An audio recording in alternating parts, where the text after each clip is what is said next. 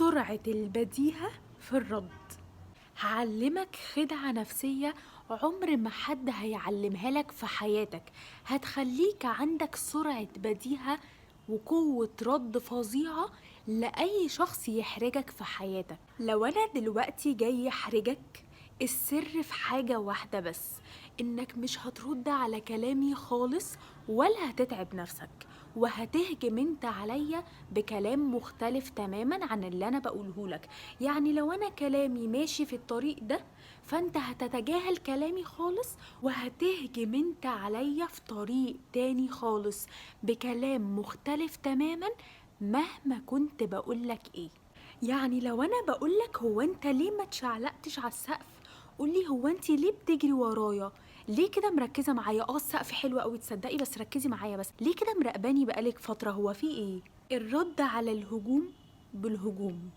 هو احنا ليه مش بيبقى عندنا سرعة بديهة؟ لان انت لو في شخص جاي يحرجك، انت بتعتمد ان انت تقف تحاول ترد على كلامه.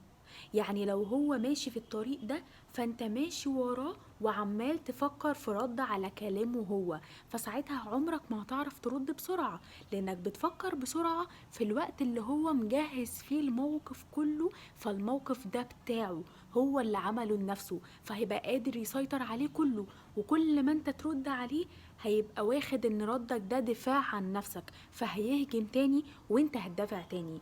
لكن انت لما تخرج بره دايرته خالص وتعمل لنفسك موقف تاني تبقى انت اللي مسيطر فيه، هو اللي هيحاول يدافع.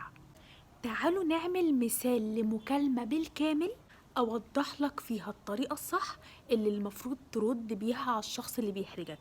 يعني لو أنا دلوقتي بكلمك كول بقولك ايه، هو انت ليه مش حرج كده في نفسك؟ بجد مش بتعرف تتعامل خالص، شوف فلان وشوف علان بيعملوا ايه. وبدأت بقى اقارنك بالناس، فانت الو نور نور، هو انت بتخانقي مع حد جنبك ولا ايه؟ مش سامع خالص، نص الكلام ضايع.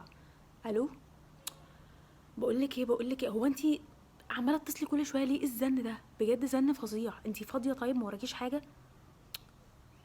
لا، بقولك انت ليه، انا عارفه ان انا مقصر معاكي بجد، يعني كل الناس بتقولي، بس بجد كده اوفر. ايه ده؟ مين بيقول لك ايه يعني؟ نور نور، انا عندي ميتنج مش فاضي خالص، فبطلي تتصلي كل شويه، انا لما افضى هكلمك لوحدي.